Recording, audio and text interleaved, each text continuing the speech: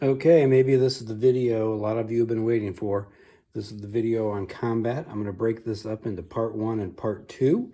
What we have here is some miss cards and some risk cards that show how you get combat started in most cases. There's 3 ways combat can start. Combat can start when you experience a mist and there's enemies in there and they immediately focus on the hero. Combat can start when you walk into a tile that no one is in and there's a bunch of minions kind of milling around in there. They'll immediately focus on the hero. Combat can start when a dungeon lord comes into a tile and there's a hero there. He will immediately focus and attack. So let's look at the text on some of these cards and we'll go through in sequence. Draw #H minions. The #H always means numbers of heroes. This way the game scales for how many people are playing. So draw # minions. If there's 1, you just draw 1. So there's a few of those floating around. Then you've got a # +1. So that would be number of heroes plus 1. So if there's 4 playing, you would have 5 enemies drawn. Then you have a # +2. This is all pretty simple, as you see. Number of heroes plus 2. If there's 1 playing, you would have 3 minions focused. And if there was 2, there'd be 2 playing, there'd be 4 minions. And you see we're going in sequence here. Then you have #H, number of heroes plus 3. So if there was 1 person playing, there would be 4. If there were 4 people playing, there would be 7. Ooh, that's not always good. And then we get into the mathematics here. 2 parentheses #H, that's just 2 times the number of heroes. So if there's 4 playing, you would have 8. If there were 5 playing, you would have, 10. And then you have the same thing with a -1. So you would have number of heroes times 2 minus 1. So if there was 1 person playing, that actually would just be 1 enemy. So number of heroes 4, it would be 4 times 2, 8, minus 1 would be 7. Then we have another kind of card that can get you in combat. That's an option card. That is a missed card also. It gives you 3 options. You can try to sneak past them, and you would use the sneak number on your hero board. If you fail, then the enemies that are in the room will attack you. Or you can approach them. Maybe you're like a super powerhouse warrior like Akachi or Indolf. And there's a number there that says if your power is greater than 6 on a 1 through 16, they're like, nah, we don't want to mess with you. If your power is less, then on a 1 through 8, there is no battle. And again, on either time when there's a failure, they will attack you, or you can just attack them. Now, another thing with these option cards, you get into a mist and there's an option card, you can just back out and leave it there. Now, if this card stays in that dungeon tile until it is resolved in some way, shape, or form. Okay. So let's get Akachi out here. And you notice we have Akachi all set up. Everything is at the 0 place. And let's get him some equipment. Sword in his right hand, which is raise his power 1, so we would move that up to 6. He has an ice shield in the left hand, which when the enemies attack, it will lower their hit chance by 2. So shields make people harder to hit. And then, because he's a rich guy, he also has some armor, which is going to raise his defense 1. So we're going to remember that we have those, but I am now going to slide these down and out of the picture, and we'll just know that they are there. So his power is 6, his defense is 6. And let's get started. What we are going to cover right now is just Akachi in combat by himself. I will then do some cutting back and forth to the board where you can see where Akachi is and where he is fighting and what happens when other heroes come in the room. But right now we're just going to focus on Akachi in this battle. Now there are 3 people playing and he draws a draw number of heroes. So he's just going to draw a number of heroes, which if there's 3 playing, then you would draw 3 cards. So you take your minion deck after it's been shuffled, and you start from left to right, and you lay out 3 cards, and then for every roll, you place a reward card. Now, let's say this was a 2 times the number of heroes, in which case he would have to fight 2 times 3 or 6, so you would then do another roll. Now, if there were only 4 heroes, you would still add another reward card. You add 1 reward card per every roll you start. So if that was the case, you would you don't have to have a complete roll of cards to begin combat. So that is the setup Akachi has right now. Except we're going to make this roll go away, but while we're here, let's talk about range. Ability cards have range on them, and they are in the upper left corner. There is a 2. That means within the roll of enemies. You can use this against the second roll of enemies. 1, 1, 1. Akachi is usually a front roll kind of enemy, kind of attacking. Now let's go and look at, these are Sasha's abilities. She also has the crosshairs, but there's a 3 in it. So she actually could, if there was a third roll, be aiming this ability at the third roll. She can do first roll, second roll, or third roll. And then you have the same symbol, which is on the tiles, that shows this is a tile. She actually can be 1 tile away and have combat. Now, that's going to be another video when we deal with being a tile away and enemies and heroes moving back and forth within the dungeon itself. So we have gotten rid of the second row of enemies. Let's look at the enemy card real quick. Here is the human warrior. Up in the left corner is their health. That black die is their hit chance. So on a 1 through 17, he hits. Dangerous, huh? The white die is any effect that they have on the hero's attack. So it's a -3. He's hard to hit. He can dodge. And then in the lower left corner is his power and any elemental damages that he would cause or range. There's a crosshair there, which is range. He has no range, so he can only attack from the front roll. His defense is 5, and he is weak to poison. So not only does he do poison, he is weak to poison. And you notice the text here, he deals 3 poison damage instead of 2. So he's a dangerous dude. Now, as far as this reward card, you cannot turn this over until every enemy in that roll is defeated. Akachi can do a couple things here.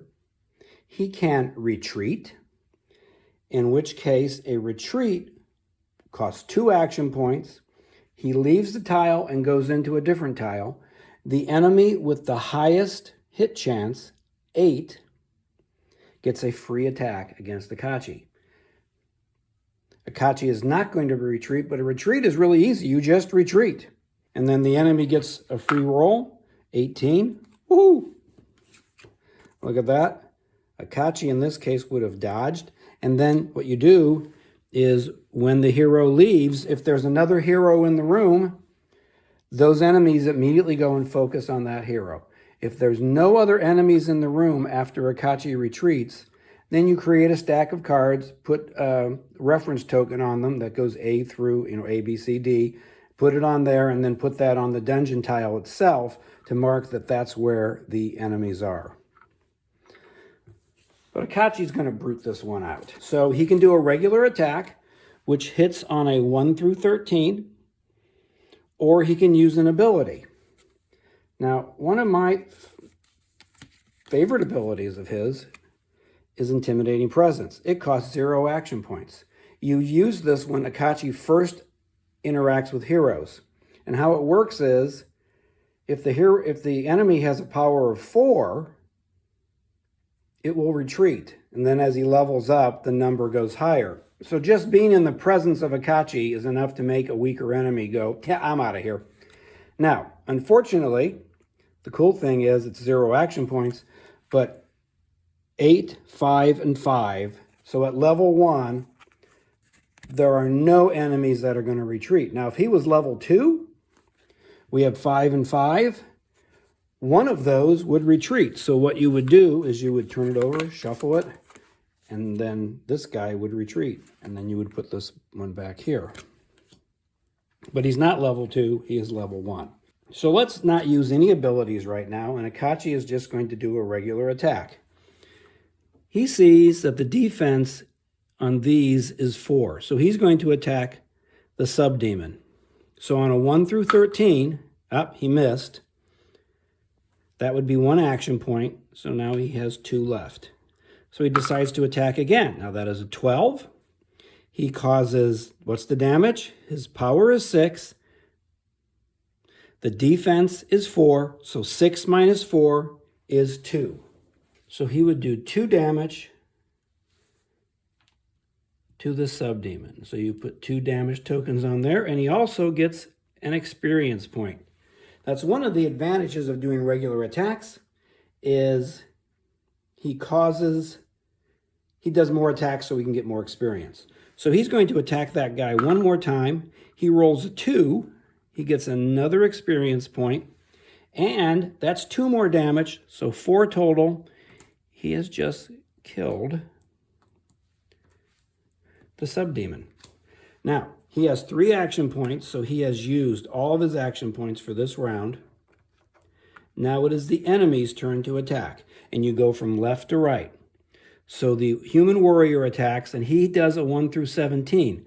But the heroes get to subtract their base action points from the attack. So the heroes that have more action points, who are faster, are going to be harder to hit. So the human warrior is going to attack. He rolls a 9. You subtract his 3, so he hits on a 1 through 14. That is damage. So 8 minus 6, his defense, is 2 damage, plus 3 more damage because Akachi is weak to poison. So he takes 5 damage, and he goes down to 8. And then it is time for the subdemon. He rolls an 11, so he hits on a 1 through 15. Subtract a 3, he hits on a 1 through 12. So he does hit. His power is 5. Defense. Now, 5 minus 6 is -1. A -1 is going to do 1 damage. 1, 0, and -1 do 1 damage. So Akachi goes down to 7. So that is the first round of combat. Okay, here's the situation on the board. Akachi is in combat in this tile. And it is Lona's turn. Now, Lona has the ability, if you look at her hero board, to shoot from 2 tiles away. So she could attack an enemy in a roll in Akachi's combat formation from this tile. But there's a little problem. It is blocked off right here. So she has 4 action points, 1, 2, 3, 4. So to get in position to actually be able to use that ability, she would have to move 1, 2, 3, 4, because there's no path here either. So she has to go this way. Now she could run, and you can run, 1 action point moves 2 squares. She could run 1, 2, 3, 4, and she is now in position next turn to attack.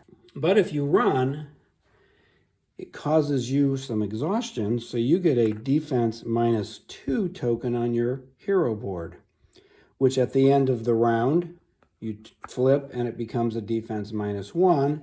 At the end of the next round, it comes off. So Lona decides she's not going to run. She doesn't want that defense -2 in case something were to happen. So she's just going to go 1, 2, 3, 4. Now, why would she be concerned? Because about the defense her defense is 2. So if the next round she has that defense -1, which would make her defense 1, when you do an attack, notice the little asterisk here, when you attack from tiles away, on a roll of 1 through 3, the enemies focus on Lona. So the enemy will disengage from Akachi and come into her tile and attack her. They figure out where she is and they come get her. Now, normally when she would do a distance attack, and it's calculated the exact same way,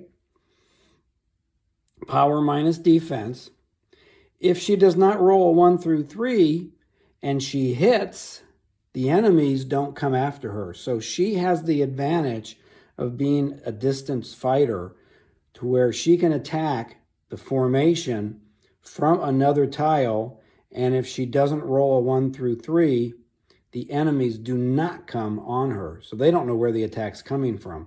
So she can attack safely from a distance. Now next we have the monk, Shard. He is up here, and his action points are 5. He has 5 action points.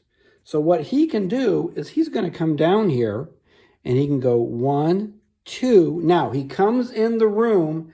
The enemies are focused on Akachi. So he can stay there, or he can move on and keep exploring new tiles, or he can come back this way. So heroes can go back and forth through a tile where the enemies are focused on one hero. But as we said, he came in.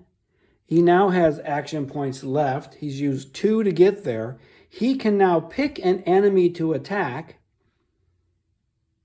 and that enemy will come and focus on him. This is a way you can use other heroes to filter off or siphon off enemies off of a hero who has like tons of enemies on them. Now, another thing about coming in and attacking, let's throw Akachi up over here. If he had enemies on him, the roles are reversed for the heroes coming the other way. So if he had a roll here and a roll here, an enemy coming in, or a hero coming in, this would be the first roll for them. This would be the second roll for them. It just switches around when they come in. And then they can pick which ones they want to attack. So that is how, now if Akachi were to retreat while Shard was in there, let's say he retreats back to here, the human warrior gets a free attack, the enemies would all then focus on Shard. If Shard was not in the tile and he was up here and Akachi retreated, you would take a room marker and put it there, and then you would take the enemies and make a stack of them and set them off to the side so that you knew this A was this group of enemies and reward. And so if another hero came in, let's say he moved down and came in here, those enemies would immediately form up on Shard's hero board. Like this. Let's go ahead and... So Shard comes in. They would focus on him. That's a small description of what goes on in combat. There's a lot going on here in combat, and I hope this helps. Going more through the reference guide. We'll lay that out in more detail, but I hope this helps a lot. Thanks a lot. Bye.